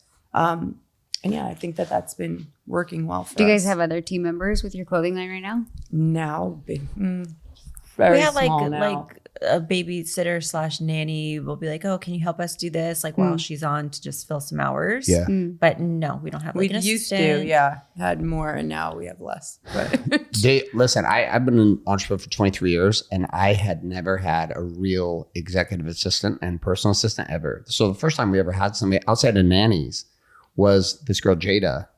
And Danielle like fired all of her teams and cut 80% of her companies out because it was such a... Yeah, I didn't need that big of a team. You know what I mean? And then I was like, this is stupid. And when we moved here, I literally cut 20 people. I was like, okay. Wow. And I replaced 20 people with Amber and two people. But it was kind of like an eye opener for me. I was like, oh, like why was I doing it that way? And that's just kind of how business works though. You're like, if it's not working, you've got to course correct along the way, you know? So it's, I don't know. Well, having Jada in her world, because the problem was the team members she had before were like very opposed to all of her ideas. Well, she was constantly at war. So then she had Jada, who is younger. Jada's only like 19, but she operates like she's 30. She's like super tech savvy, very, very structured. On the spot, will go work 7 days a week. She's just super excited. Moved out here to Miami with us. Once she had Jada, like everything took off because Jada was just like able to sit and she just would listen to her ideas and then organize them all. So I didn't have to do it. Wow. Jada was doing it. So Jada would take her ideas and execute on them. And she would just speak into the Boxer now to Jada, and Jada just translates. And then when she needs help, she comes to me, hey, how do you think we could do this based on what Danielle's wanting? And now I've never seen her this fulfilled because now there's no cap on the desire to express her visions and ideas. Well, I think I was going to say, if you guys expand your brand, like the thing that you have to understand is you have to have people that understand your vision. Mm-hmm. If they're kicking back at any point, like they don't understand the mission, they don't understand the vision, and if you keep them on the team for too long, they're just going to be a speed bump. And I experienced that the tough way. Like I kept team members on my team for like over a year that I was like, they need to go. And eventually I had to like let all of them go and kind of start over. You know what I mean? So it's like, make sure that whenever you guys start to expand, that people understand like what is your vision behind, like it's clothing line, but like how you were just describing, you're like, it's how I feel about my hairline. I'm like, no, it like changes women. It gives them confidence. And so it's more than just like the business. It's like, what's the mission behind it for you guys? Yeah. Right. So we're going to move the dogs to the guest room, or just the and floor. We're going to get the floor, get them some beautiful beds, and we're going to get a Jada. Yeah, like this this will be so good for your relationship. I'm telling you, when she got Jada, well, then I don't give him all my things. I'm like, oh, I can tell him somebody else, and they'll organize it for me and bring it back. It was just better because then she didn't feel, because I feel like with us, like she was always, because I'm so grounded in do shit that her ideas would come in. I'm like, that's a great idea. I like that idea, but that idea is not going to work for like a long time. And then she would feel like I'm not listening. I don't care about her visions and her dreams and her aspirations and what Louis Vuitton told her today in her visions, which I'm like totally good with it. I'm like, I love the inspiration you get walking through Aventura Mall. It's the greatest mall it's ever been. You go to Equinox, you work out, you shop for 2 hours. I love it. I don't do that every day. Oh my God. It's the most expensive gym membership I've ever bought. It is a problem. Yeah. My gym is in a mall. And then I'm like, I wonder what Lululemon has today. It's a problem. It's a good problem to have though. I like that you get that problem. Okay, so we need a Jada. You do need a Jada. But that's funny because I think I'm the opposite. I absorb everything she's telling me, and then she'll be like, oh, and by the way, we need to change this bathroom vanity. So in my personality, I want to push everything forward. Yes. So whatever she's pouring into me, I'm like, I have to get it done. Yes. and then I get overwhelmed. If you have a Jada with you, like now I've got Christina and Jeanette, and she's got Amber who's on our team. So Amber and Jada, like having the right people in that place, it actually explodes. It not only explodes the business, it creates the ability for this connection that you guys were talking about earlier. The disconnection we would have is because we were both working too much. Like, it was just so, it happened every day. It was so rough. And because even making simple phone calls and having to follow up with people, like that takes time. And it's so draining. And then you forget and then you're like, oh God. And so, and we're in the middle of construction in our house. So it's just make the call. We get it. We moved all our companies from Southern California, moved all of our family, moved all of our teams, all in the last like 6 weeks. Wow. How these people in the house, movers in the house, organizers in the house, furniture, all of it. So I get it. Having those people like makes such a big difference. Yeah. And you're thinking like, oh, could people like, oh, can I afford to do that? Or should we do that? I'm like, dude, you can't even afford not to do it because just the stress it puts on the relationship. It's like even nannies, like a lot of our guys like, oh, my wife's so stressed. I'm like, bro, get a full-time nanny. No, she's not going to do it. She doesn't trust anyone. I was like, bro, you are going to continue to not get laid.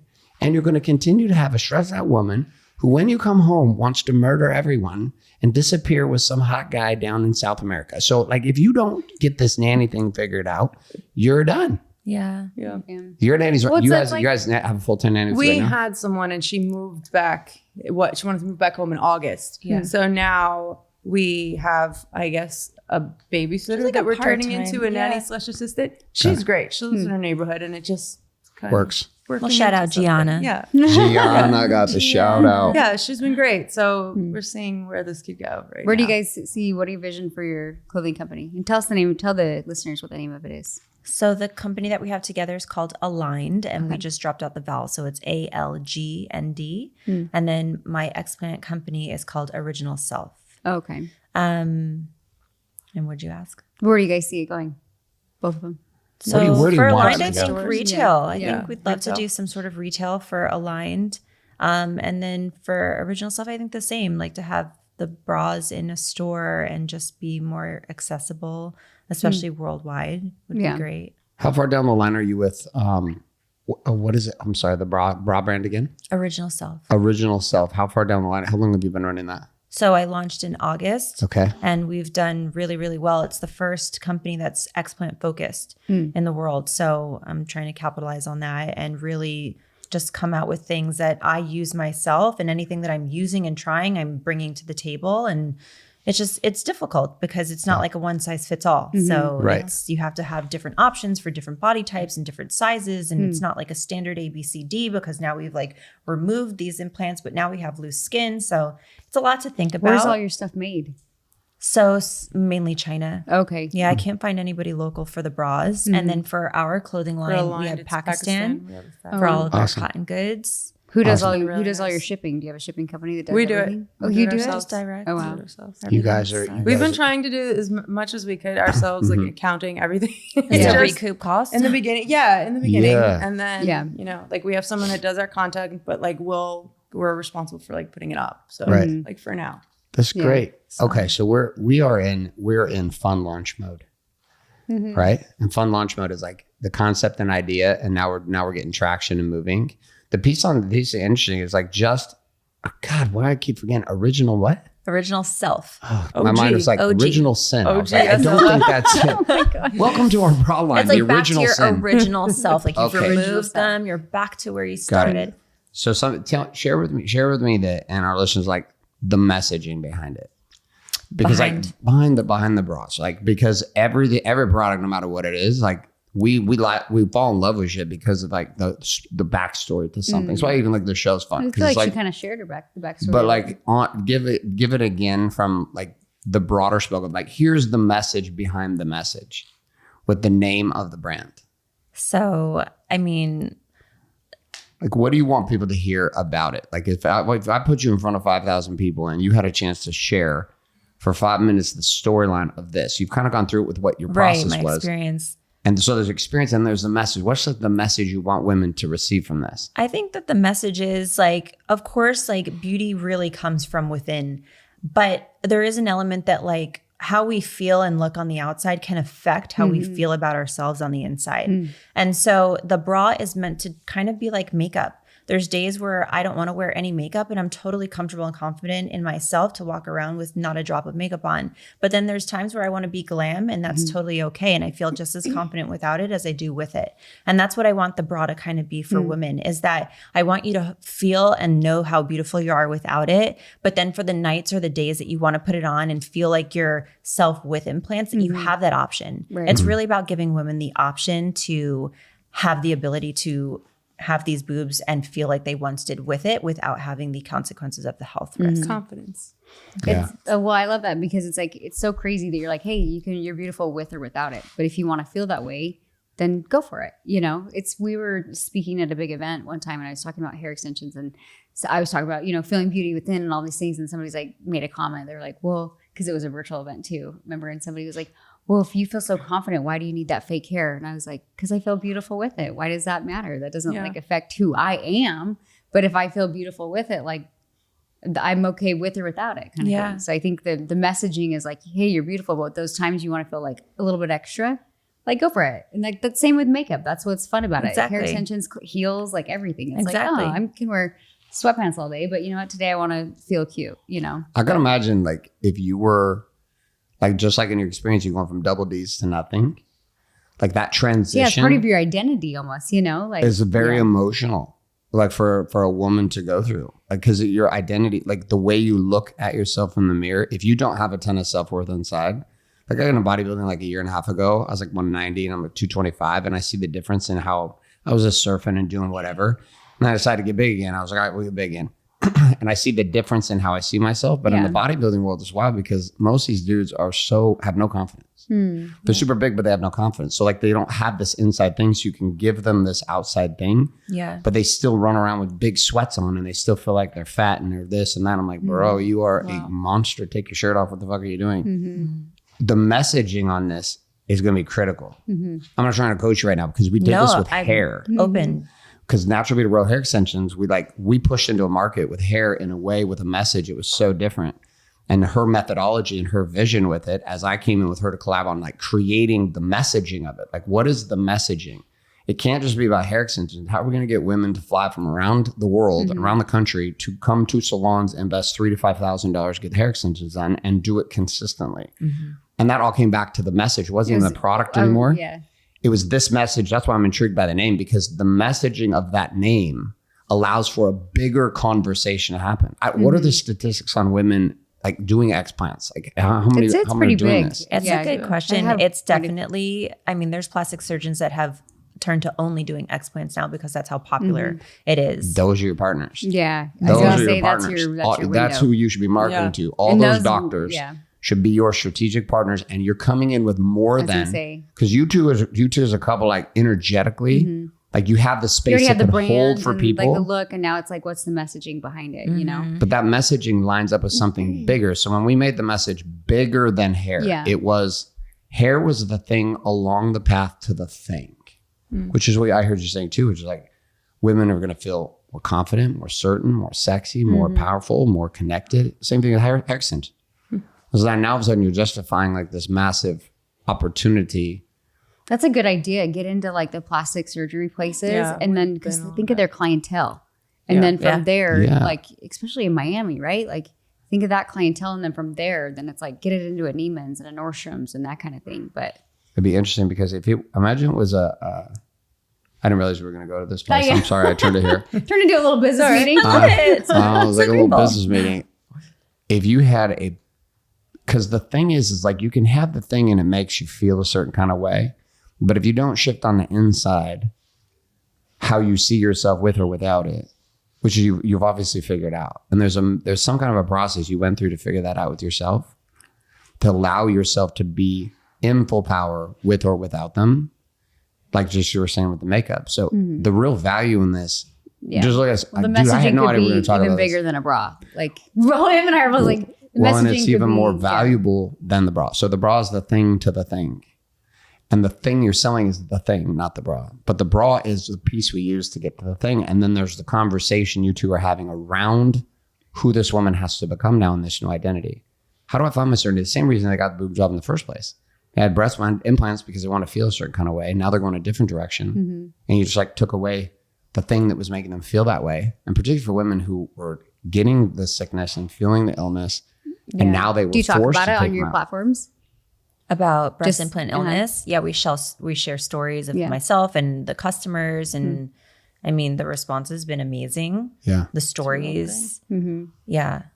Dude, I'm telling you, we just did we did this in hair the last 10 years. Like what you're doing with it, it's just a different product, but it's solving the same problem for women, which is they want to feel beautiful, they want to feel sexy, they want to feel powerful. I mean, I can only imagine like how much it affects like a woman when she like in seeing herself even sexually, like when it's not there anymore. Yeah. Like did it have a short-term effect on you that way, or were you able to make the shift because of the illness? I think I shifted really well. I haven't cried a tear over not having my boobs. I get frustrated with swimwear, but I'm taking my frustration and I'm turning it into a creation. So I'm creating swimwear now for women that don't have their boobs, so that we could have boobs and feel confident on the beach, not just under our clothes. I don't remember you emotionally going through it. We had a really nice trip. Where did we go? Ohio, Cincinnati. We went to Ohio. It was snowing. We were there 2 weeks, I think, while she like healed and everything. It was fun. Yeah. So the certainty factor comes from an unseen place in both of you. So what is the God conversation or the universe conversation or the soul conversation? Like what is the practice that you use and that you use? Like what have you done to develop yourself internally? Because we watch this inside of relationships where people are not grounded in this. You'll get somebody that's very unconscious and shut off and like don't get a shit. And then you get somebody that's trying to pursue it and it creates a conflict. And occasionally you get couples that finally get it. We're getting more and more that both are on this kind of soul journey of evolving themselves, growing themselves. Like what are the practices or stands you have, or what is the belief you have around God, around soul, around spirit for you? Danielle, let's start with you. I believe in God. I pray. I have lived through a lot of crazy in my life, and I remember always feeling like I couldn't get out of it. And I mean, going back young, like teenage years. And at one point, I was 22 years old. I had gone to California, and I was like, I'm going to move here. And I went back and I saved $6,000 and I moved to California, and I was there for 12 years. And I just kind of came into my adulthood and did what I needed to do for myself, and getting away, I think, from my environment and doing things that I wanted to do for me put me in a really positive mindset. And I noticed that as the more positive I was, the more positive things were happening for me. And so if I was happy and I was just in a positive state, things just kept going up and up and up. And I think now, like, I look at that, like when I'm having a bad day, or if I'm like, I try to just make sure like my mindset is always right. Because with that, things are going to happen. And if you go the other way and you start getting negative and you kind of just get in a bad space, then things spiral and go the other way. Things that I'll do to keep myself grounded. If I need to, I'll go to the beach. That's like big for me. I work out maybe 6 days a week, usually first thing in the morning. I need it for my mind. I like to look good physically, but for my mind, it's so great. Like, I know some people will like meditate. Like, I'm the other way around. I need to do something like hard and fast and crazy, and it actually calms me and gets me focused for the day. Got it. So those are some of the things I do. Do you have any particular books that you study or things you've read that have led to that? Or has it been most self-discovery? A lot of self-discovery. I had read Many Lives, Many Masters years ago, and that was helpful. And I've been writing poetry since I've been like 12 years old. I'm actually working on compiling all of these poems together now and having a book put together. And it's like this timeline of my life, from the dark and the crazy times, like kind of from like the victim mentality to the victor, you know? So that's awesome. Yeah. Awesome. Are you going to actually do the book? Yeah, I'm going to do the book. I'm up to like 107, ready to go. I and love I'm it. like finally putting it together. And, Are you going to wait till you have like 365? Or are you No, gonna I'm done. I'm actually just everything I had. I was just counting them. That's what I knew. And I'm like, wow, there's more than I even thought I had. Right. So, yeah. Okay. And how about for you? So when I was in my early 20s, I stumbled across the book, The Secret. And for whatever reason, it really, really affected me and inspired me. And I feel like I really lived by those steps and the standards of what they spoke about. And I think because of that, I really manifested everything that I've had in my life, down to a Bentley and a ring and the house and the lifestyle, and then even more than I had ever wanted. Sometimes I fall off and I forget about like how important self-talk is and how important it is to be positive self-talk, and that manifestation is real and how strong that can be. And when I get back into it, I see the changes in my life. And so journaling has been really good for me mentally, and just to keep myself on track. And then also just to like reflect back to times that weren't as great and to see where I was and like where I am now. And maybe it's different in certain areas, but it's better overall. And so I think just manifesting and trusting your gut has always been really, really big and important in guiding me to where I am. And I think with all of that, like being happy with yourself is super important. And when you're happy with yourself, like Danielle said, everything else around you seems to kind of just like gravitate and rise together. So I try to like, like radiance, like when you're happy, people are like, what are you taking? You're like, nothing. I'm happy, you know? Yeah. So yes, exactly. What do you want? What do you Exactly. I'm on life. What are you on? Nothing. That's life. Well, I'll print out calendar sheets that I used to do for working out that I still do. And instead of it being like a to-do list, it's like this is what you've done list. Yeah. And I'll mark them with different highlighters. Like if I worked out, drank a certain amount of water, if I like read, like just whatever things that month might be going on for me that I want to be more mindful. And then I mark it every day so I could look back and be like, oh, this was really good for like 30 days. Or maybe it's just going to sleep earlier at night. Like that might be something I get off of. And I know I do better when I get a certain amount of hours of sleep. So you write it down? I write it down. Literally. So like I'll make a little every day I was like, for wow. years. I make a chart and each highlighter then you can is track associated it. with Yeah. because then I like to check in with myself and be like, how are you doing? Like, I'm all right. I've been sleeping well. I'm like, oh, of course I've been in such a great mood and being productive because I'm drinking enough water and I'm sleeping and I've been taking time. So I do that. That's true though. Like there's been times where I'm like, why do I feel like shit? And I'm like, oh, I haven't been sleeping good. I haven't been taking care of my, and like you fall off really fast. So and life goes so fast that sometimes I won't recognize what it is. So that's why I will write it down for myself. That's funny. Is there anything that you two do together? Like when it comes to just either it's working out or like spiritual practices, journaling together, writing poetry together. Is there anything you do together? Or is most of it separate? We'll go to meditations at the beach. We'll go to like cacao ceremonies. Yeah, cacao ceremony. Or full moon ceremonies. It's really important. It's something we fell into and discovered in California when we were living there. I feel like it's where I proposed actually. Yeah. I proposed at our meditation center in Did you? California. Oh, wow. Yeah. When I was going through all really of the cool. shit in 2016, spirituality and finding like doing like the work on yourself and healing and all of that, it was very big for me in that time. And Danielle and I kind of went through that together. So yeah, making sure that I'm being grounded, staying grounded and reflecting is important. I feel like to like wheel it back in. Okay, do you have a regular cadence with that? Like every quarter, every 6 months? Whenever We it's try needed. to do, Okay, got it. For me, anyway. Yeah. Whenever it's at needed. least once For a the month quiet, I try. You know? Yeah. I need the quiet. Yeah. We have started, it was a number of years ago, probably 3 years ago now, maybe 4, where we just got real committed to a couple things, date nights twice a week, overnight once a month. Love it. And then every quarter, a week long gone away, which is, if you add all that time, it's all that time. I think we forget sometimes like to have fun. You know what I mean? Like, Yeah. You get so in work mode and kid mode and everything, and you do the date nights, but even then it seems very like checklisty. Yeah. And so for us, like we started doing like these little overnighters, or like we'll do like 2 really big like out of the country trips. And that's like when I like feel like we have fun. I'm like, oh yeah, I forgot. Like we're fun together, you know? So it's like for us, that kind of keeps us connected, because it's hard to be like honeymoon status all the time, especially when you have kids and dogs and all the shit going on. So it's like recognizing when you kind of start to drift a little bit and you're like, hey, like let's go put a pause on everything. We're going to go to Greece. We're going to go to wherever and like kind of travel. And a lot of times I would tell myself, oh, we have kids, we can't do that. And then I told him when we had our last 2 kids, I'm like, no, I'm like, we had 2 young, and then I had 2 when I'm a little bit older. And I was like, I'm not waiting to we retire to travel and have fun, you know? Yeah.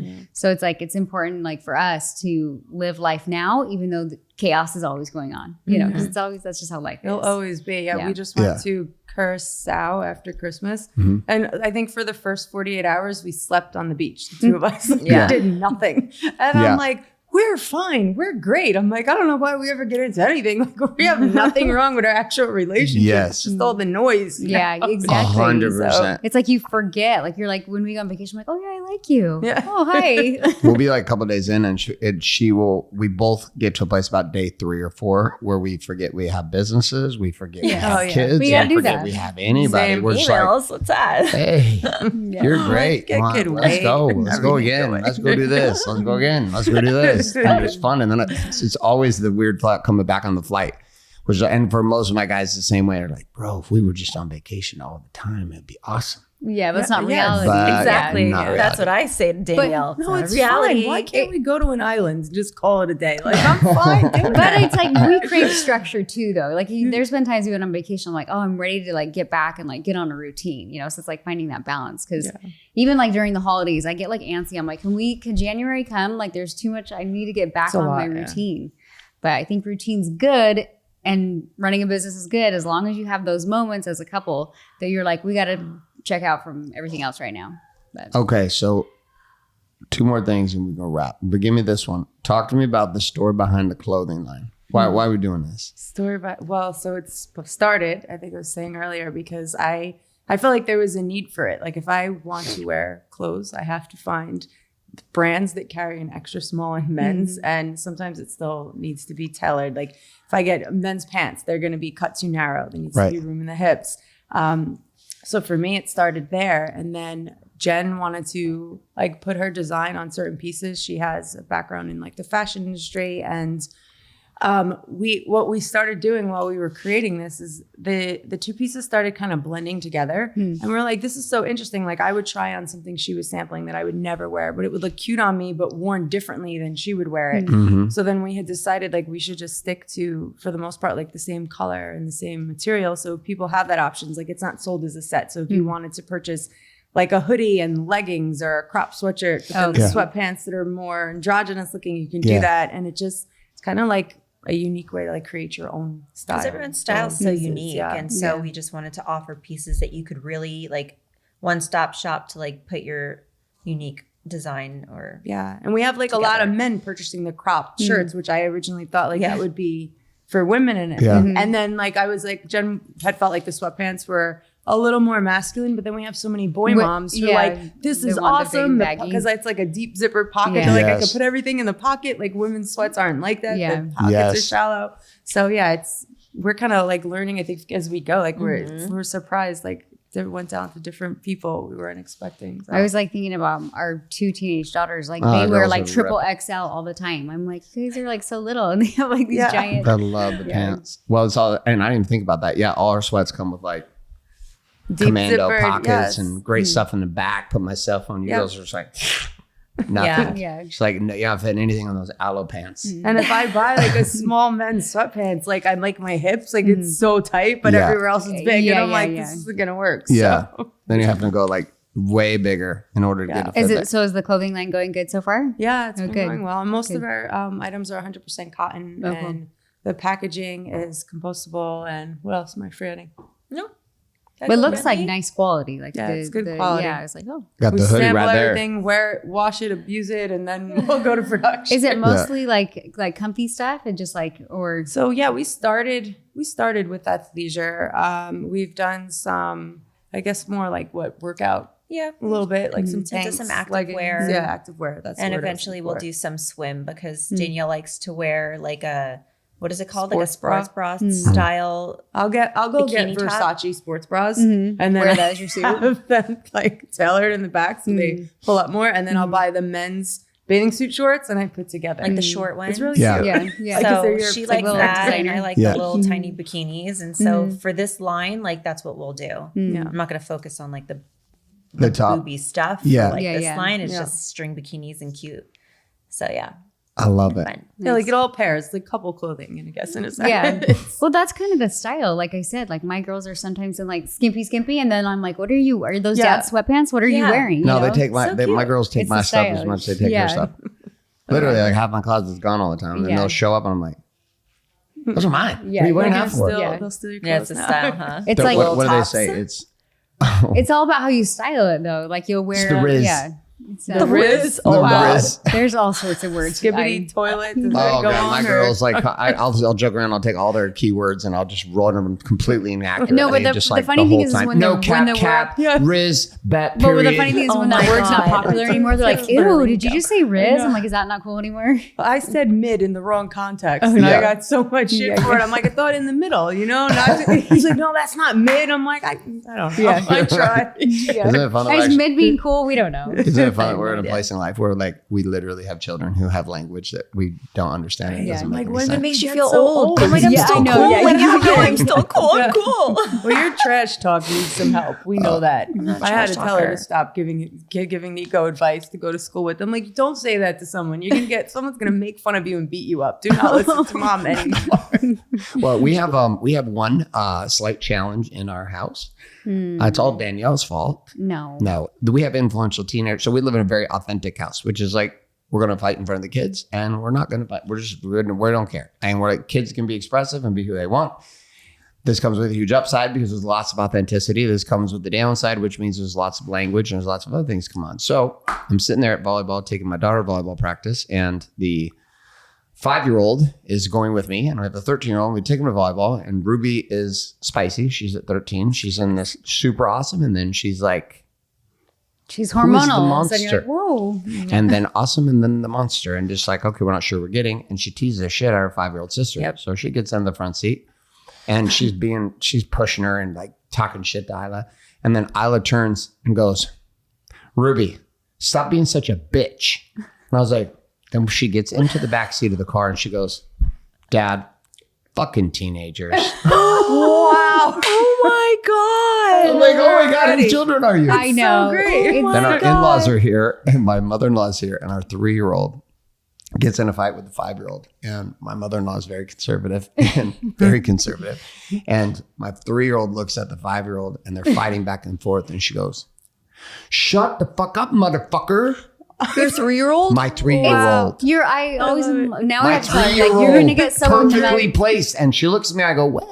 It's kind of perfectly placed. I mean, I don't know what to tell her. That was kind of a good one, but I blame Like, my Pablo, she's witty. 18-year-old. I blame my 18-year-old. She says the F word like it's like just any word. And I'm like, hey kids, like language. And then Right. like my 3-year-old's like motherfucker. And I'm like, it's kind of cute Oh though. my God. It's cute with the accents It's too. I Until she know. keeps saying it, we're in public, and I'm like, okay, we're gonna put something Yeah, in your yeah. mouth. You gotta stop saying that. and then, well, having teenage daughters, they also taught the young ones when they were little how to twerk. Oh yeah. Oh God. So they're Yep. like, the 5-year-old and 3-year-old will be like, we'll be out with the family and they'll be up on the edge of the thing in the Funny thing restaurant, is I've both never- just twerking. I'm like, I'm people I'm looking never at me, embarrassed. I'm just like, come here, you. like, We'll here you take go. that back. Exactly.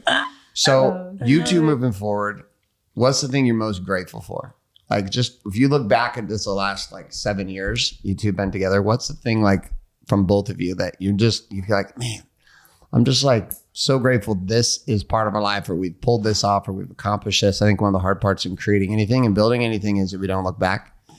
We're always looking forward to go create something bigger and do the next thing. Now we're doing the clothing line and it needs to be this. And it's always never as good as we want it to be because we want it to be over there. And then when it's over there, we want it even further. And then we just keep kicking the ball down the road. So to wrap up, what's the thing like that you're just the most grateful for from just the journey? It could be several things, but just it could be just a feeling, or it could be specifically, here's what I'm proud of myself for. Here's what I'm proud of us for. And looking back on that, what we found for ourselves doing that is it just reminds us how much we've actually done and how much we've overcome to get here. And we've slowed down recently, and like not really slowed down, but we've slowed down to have those moments in like last 6 weeks where we have to go, We'll get so caught up in Holy shit. business, and I'm like, hey, I'm like, imagine 8 years ago us, and we like saw a glimpse in our life right now. We'd be like, holy shit, we did it! Like, Yeah. So it's like Yeah. you have to take those moments where even though you're focused on the future, you have to be grateful for how far you've come. Right. so let's have a little gratitude circle I'd say right now. in myself, I'm really grateful for the courage that I've showed, not only in leaving and stepping out of that last relationship, but also in putting myself out there and being in this relationship in a world and society where it's not 1,000% accepted. And then also for investing in myself and taking the risk on myself, because starting a business when I was with my ex and I had a swimwear line, if it failed, oh well, it failed. It didn't, it did great. And to have the financial means to just do it from someone else is so much easier. But when you're putting up all the risk yourself and you're taking the risk yourself and you don't have a partner, and if it fails, it's all on you, and what are people going to say and think? And like, I still pushed through that, and I'm still pushing through that. So pat on my back for having the courage to like do all the things and like be here. And I am usually very afraid of public speaking. So for me to even be accepting and doing podcasts, this is now my second or third one. It's a lot for me because I used to get very uncomfortable talking about myself and talking to people and being on camera in a way that is me and not a character, because I did modeling and acting and things, and it's easy to be somebody else. But to then show up as yourself, I feel like that takes courage. So I think that's great though that you're doing that, because that will take your brand to a whole nother level. You know what I mean? It's like, because you're like beautiful, but then it's like people want to see the real piece of you, and that's really what's going to get them to connect and really like purchase your guys' things. You know, so like, kudos to you for doing that. Last year we did the same thing. I was like, we got to do podcasts. We got to get out there, because we used to do it with just us and we didn't have guests on. And it's been so fun having guests, because I'm like, oh, you're normal, human, cool people, you know? And it's just, you never know when a relationship's going to reconnect. And I genuinely believe that. So I would encourage you to keep doing that, because it'll come full circle. And we have found that with a lot of our relationships this last year, and have created some really cool opportunities. And it might not come right away, but all of a sudden 6 months down the road, you're like, oh, I'm thinking of this person. And then everything kind of connects. So kudos to you for doing that. I'm going to say two things. Number one, you're doing great. Thank you. Yeah, I wouldn't have known this is your second podcast. Like, you seem really calm. Yes, I forgot too. You are doing great. And the second piece, 5 years ago, I said, we're doing podcasts. No, it's 6 years ago. And she's like, I will not. She was so, I couldn't get her to, she was so much saying social anxiety to like walk in and be around people and like pressure. She's like, oh my God. Because you can be somebody else online, you know? I want to fucking talk to these people. She was the antisocial social media girl, which is like, I want a one-way broadcast. I don't want to comment. I don't want you to look at me. I gave her even this. I was so proud of this. Wait, what'd you call it? The NFL? What'd you say? It's my Super Bowl ring. Super Bowl. We watched an episode last night. And I gave her this, and I'm like ready for the big reveal. I'm having a moment. I put a fucking car on your finger, and I'm so stoked about it. Where are we going to wear that? She's sitting right here on the couch right there. And because of this desire to be seen, not seen, that she's gone through, she's grown so much from it, is I know my wife now. So I know I'm like, in the past I'd be all offended. I'm like, why are you not running around screaming, jumping on me? What are you doing? And she's like, oh, it's real big. It's really nice. I'm like, that in my man mind's like, that's not going the way I was supposed to go. What? But I understand it too, because it forces her to be seen. And on the podcast and getting her, the communicator she is now, like you keep doing this, I'm telling you, she rips in front of 5,000 people and will crush it. Oh God. Same girl couldn't get on a podcast. It becomes more normal. Like you're just like, you can't, and it makes you feel untouchable. You're like, you can put me in a room with anybody. I don't care how much money you make, because you know who you are. And it's just a skill set that you have to exercise more often, because you have that certainty.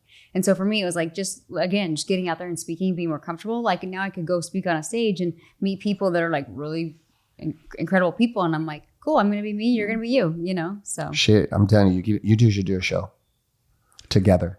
We did, but we just filmed like a friend of ours flew in and like asked us questions while we were filming. Is that what you're talking about? Like a podcast show? Well, when we had the YouTube channel, but then we kind of slowed down with it. Yeah. You two, so you're both beautiful and you both communicate well. You have different energies. You two doing a podcast, here's what it'll do for you. It will compel you two to have conversations that you would not normally have. Yeah. It's weird. Like even for us, that's why most of our shows less having therapy with each other. Half our shows are just fighting on the show about shit. Well, it's like I kind of found my voice a little bit. I was on the show. Okay, yeah. And she found it here. And I realized I'm like, oh, I don't speak up about that, or I don't talk about that, or people have this opinion of me and I'm not like that, you know? So it kind of helps people connect with you. Yeah. And you're going to get haters. You already do. Always, so you're like, whatever, at least you're going to like me for who I am, you know? Right. It's true. So you're winning. So good job. That was amazing. You nailed it. And you're doing it. And I would have never guessed. Listen, I speak professional. This is what I do. I speak, train, I do the thing. Like I'm at the top of the game in the world at this. You're doing great.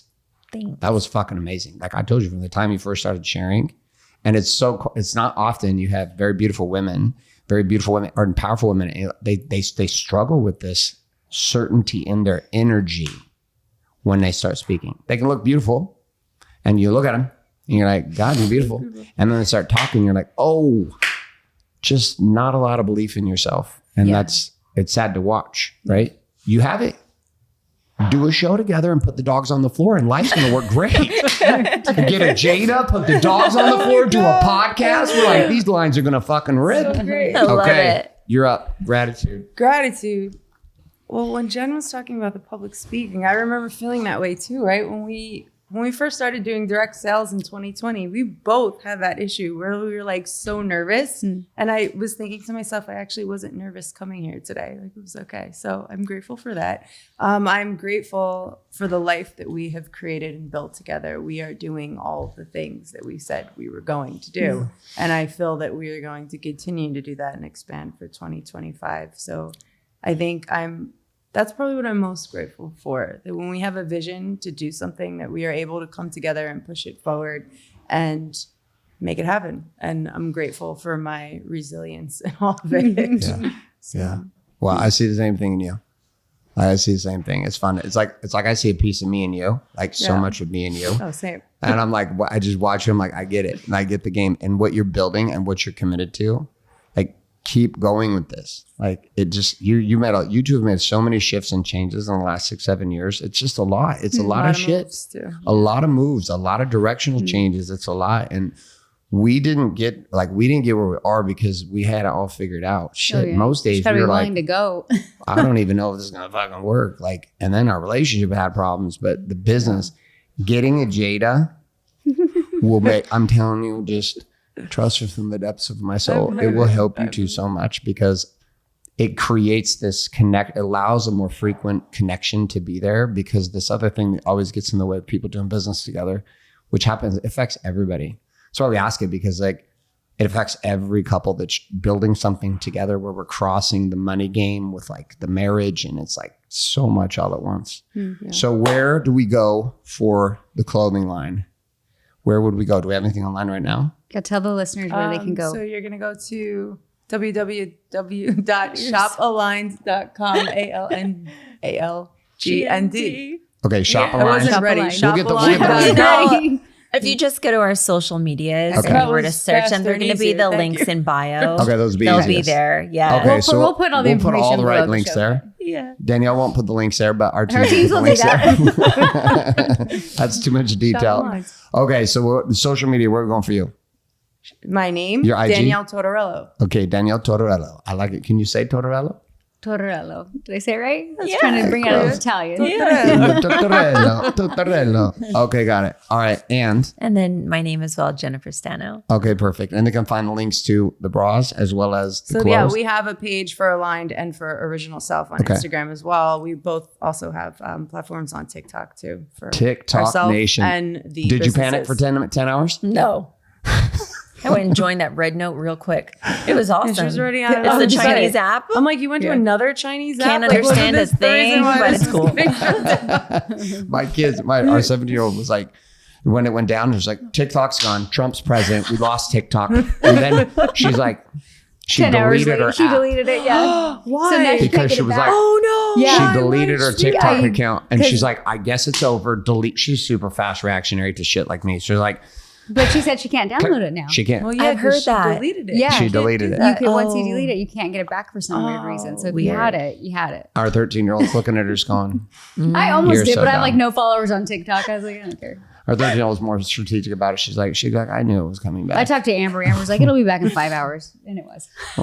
So funny. Well, you two have been absolutely amazing on the show. Thank you for being here. I think the thing is so fun for a lot of our audience is, for us, like we're like a conservative, not conservative family. People are like, you're going to look furthest thing from conservative, but we are. Like we have the kids and the thing. In like what I mean by that, in like a deep connected way to family and to life and to relationships and doing what's best for people's families. Mm-hmm. And at the same time, we have like wild ideas about everything. Mm-hmm. And so having you on the show, you're the first lesbian couple, gay couple on our show, and we love it. I think it's fantastic. My daughter was super stoked that you were coming on the show. She was like, oh my God, they're coming. They're so excited. It's so great. Because she's been following you guys too. So thank you for being so powerful in who you are, just as individuals and as a couple, because regardless of whether a heterosexual, homosexual couple, regardless of what it is, most couples are just falling apart. And if more couples like you two and us can continue to take a stand for what love looks like, what fighting through hard shit looks like together, and staying together and having the courage to do what's required, we're going to be able to turn a lot of people's lives around. So thank you so much. Thank you for having us. You got it. All right, you want to wrap this down? Let's go, show. All right, if you guys are listening to this podcast, you know what to do. Share it with one of your friends. That's how this whole game works, is just sharing. So thank you guys so much for being on the show today. Look forward to another episode every single week, the Date You Right podcast here in Miami. And again, this is my host, Garrett, and we're married 21 years, and I guess I'm going to stick with him. And occasionally she likes to scratch and choke me. Oh my God. And that note, we hope you enjoyed the show. We'll see you guys next week. I'll give one more thing in. So remember one last thing too, the Wake Up Warrior.